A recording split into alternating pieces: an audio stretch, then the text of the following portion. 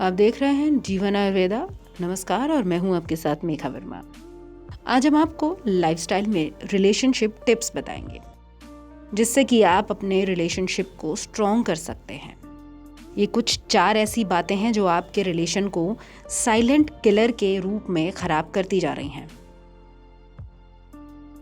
दोस्तों, शादी या फिर किसी भी रिश्ते को बनाए रखने के लिए सबसे ज़रूरी होता है विश्वास, आपकी कोशिश, आपका समय।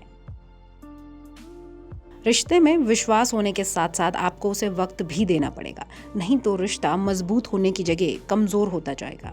किसी रिलेशनशिप में अगर आप प्रयास करते हैं तो ये बहुत बड़ी भूमिका वाली बात है। अगर आप या फिर आपका पार्टनर रिश्ते को बनाए रखने की कोशिश नहीं करते तो इससे ना रिश्ते में टकराव होने की संभावना बन जाती है। कई बार आप या आपका पार्टनर अनजाने में वो सब गलती दोहरा देते हैं जो आपके रिश्ते को खराब करती है, रिश्ते को कमज़ोर बनाती हैं। और ये सारी चीज़ें ना साइलेंट होती हैं, आप करते नहीं हैं, जाने अनजाने ये हो जाती हैं। तो आज हम आपको वही चीज़ें बताएंगे जिनसे आपका रिश्ता धीरे धीरे खराब होता जाता है। पहला, परवाह न करना।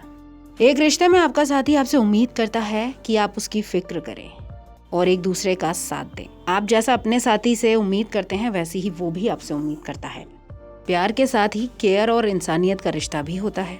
लेकिन अगर आप अपने पार्टनर की परवाह ही नहीं करेंगे, उसे ये चीज़ शो ही नहीं करेंगे, तो आपका रिश्ता ख़त्म हो सकता है। एग्जाम्पल के लिए, जैसे कि अगर वो बीमार है तो आपको उसकी देखभाल करनी है। ये नहीं कि आप अपने कामों में बिजी रहें, उससे पूछे भी ना कि तुम्हारी तबीयत कैसी है। बहुत सारी चीज़ें ऐसी होती हैं। जब आप खाना खाने बैठें तो अपने पार्टनर से खाना खाने के लिए पूछें।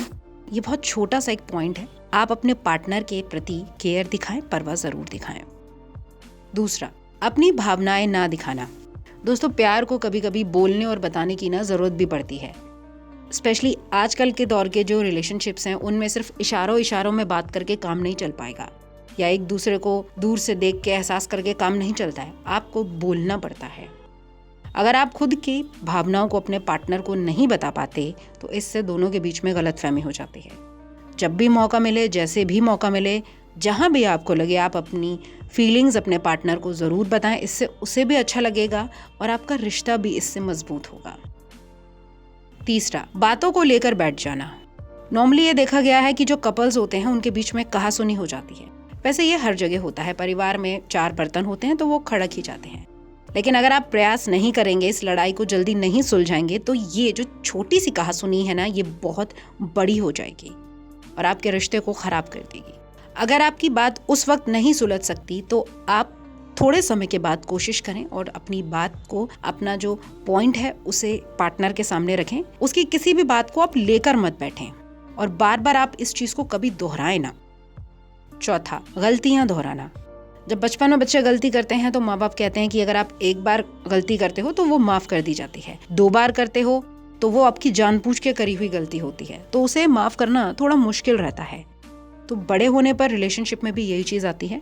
कई बार आप ऐसे काम करते हैं जिसके लिए आप अपने पार्टनर से माफ़ी मांग चुके होते हैं पहले ही, लेकिन इसके बाद दोबारा भी आप वही हरकत या अपनी गलती को दोहरा देते हैं और इससे आपकी बातों की जो अहमियत होती है वो कम होने लगती है।